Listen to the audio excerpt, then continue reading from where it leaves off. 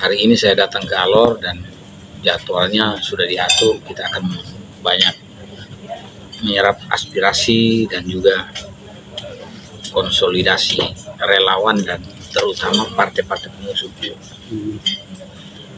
Dan di sini saya juga bisa melihat bahwa bagaimana kerja-kerja saya yang dulu dampaknya seberapa dikenalnya di masyarakat, itu yang saya menjadikan dasar untuk masuk ke Alor. Sementara itu ya, jadi Alor ini pasti punya kesan buat saya. Kampanye saya usahakan akan datang lagi. Sangat berharga buat kita. Politik itu cair. Memang secara kabupaten ya, di tingkat kabupaten ini tersebar. Kita PKB di mana, PKS di mana, dan Nasdem ada lagi. Namun demikian, ini dari bincang-bincang struktur partainya sendiri, karena ini dari provinsi sudah koalisi, sehingga memang tinggal diatur bagaimana koalisi pemenangan ini tetap bekerja khusus untuk gubernur. Oleh karena itu, kami akan bahas malam ini tesisnya bagaimana supaya tidak menimbulkan ya persepsi-persepsi yang tidak produktif lah. Misalkan ini masing-masing partai mengusung ininya, bupatinya, tapi secara personal bisa duduk satu meja juga, ini nggak masalah ini. Jadi cair ya? Cair. Karena ada punya harapan terhadap sosok nanti gubernur seperti apa. Begitu.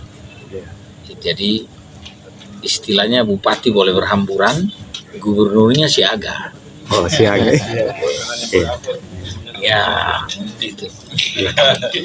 Ya nanti kita akan diskusikan gitu, supaya mungkin dalam satu panggung berbicara bupati saja, tidak perlu bicara gubernur. Mungkin ya, itu salah satu. Kecuali bupatinya sendiri yang sudah ngomong, nah, itu urusan lain itu. Karena di kabupaten lain seperti di Sumba Timur itu PKB, PKS, Nasdem itu ada satu arah, walaupun ketambahan partai lain. Ya ini tinggal bagaimana inilah mengatur ritme saja. Tapi ini unik, pilkada serentak, tapi tidak bisa segaris dari gubernur sampai ke kabupaten. Seperti kami gubernur aja, itu kan rasa pilpres kata orang. Koalisinya kan begitu.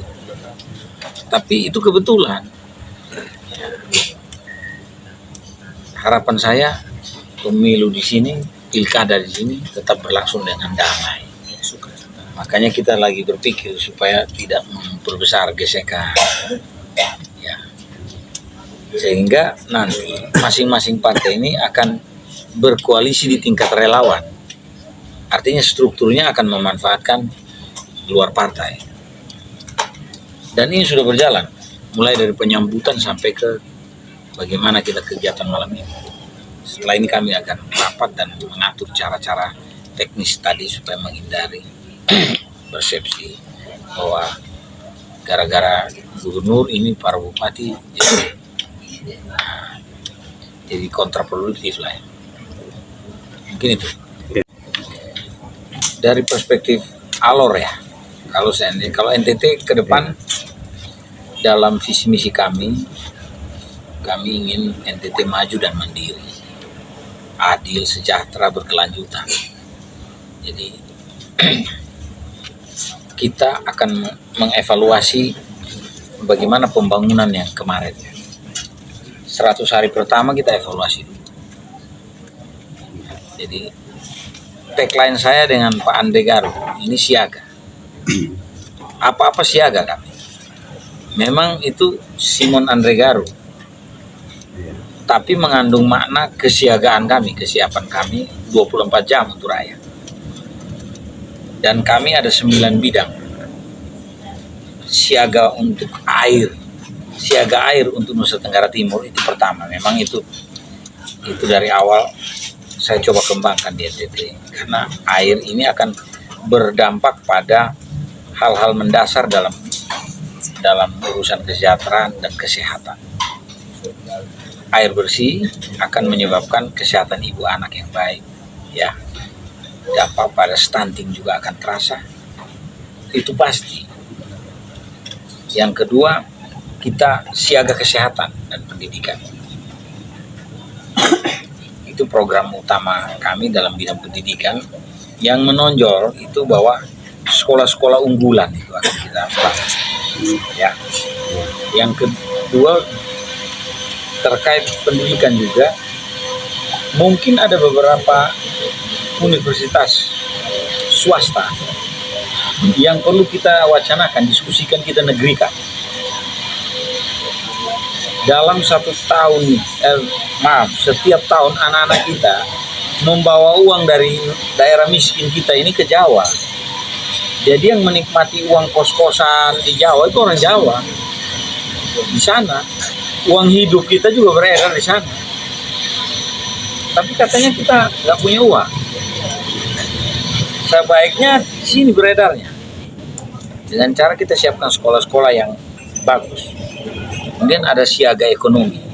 Itu ekonomi kita, saya pernah bilang, ekonomi kita ini kalau krisis kita bisa bertahan. Krisis karena COVID dan lain-lain kita bisa bertahan. Tapi bangkitnya lama. Karena sektor ekonomi primer ini perlu diperkuat dengan sekunder. Industri-industri olahan itu yang harus kita bangun dengan cepat untuk menyerap tenaga kerja. Ya. Kenapa? Selama ini antara petani dengan pedagang, ini pedagang langsung ini. Harusnya dia dengan industri olahan dulu.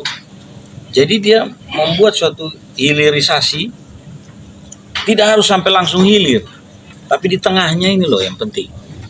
Supaya kita langsung memberi dampak tenaga kerja, ya, dan kesejahteraan. Ada, mau perlu saya sebut sampai 9 siaga ini. Saya juga belum hafal. Siaga bidang hukum, banyak. Siaga sosial budaya dan lingkungan. Saya pemerhati lingkungan dengan slogan saya jaga alam dan air. Jangan memberi air mata untuk anak cucu, tapi beri mereka mata air. Kita tahu sumber-sumber mata air itu ada di pohon beringin, di titik-titik yang ada pohon beringin. Tapi berapa orang yang tanam beringin sekarang? Sederhana aja. Berapa orang yang tanam bambu?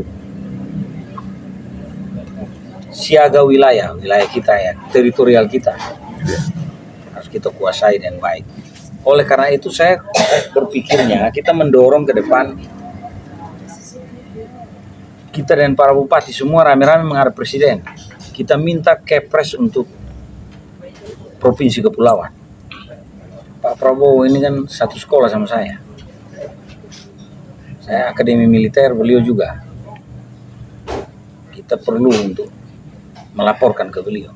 Karena kalau itu, maka anggaran kita, laut ini dihitung seperti hitung darat.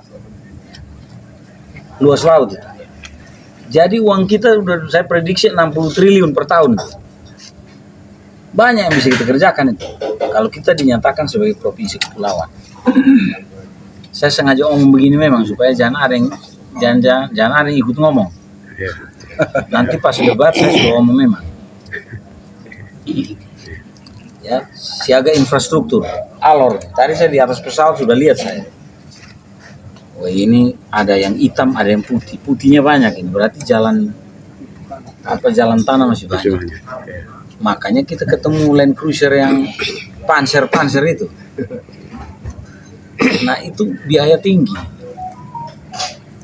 Mungkin nanti kita berpikir infrastruktur jalan ini, status jalan negara, jalan provinsi, jalan kabupaten ini coba kita lebur menjadi sesuatu yang lebih fleksibel.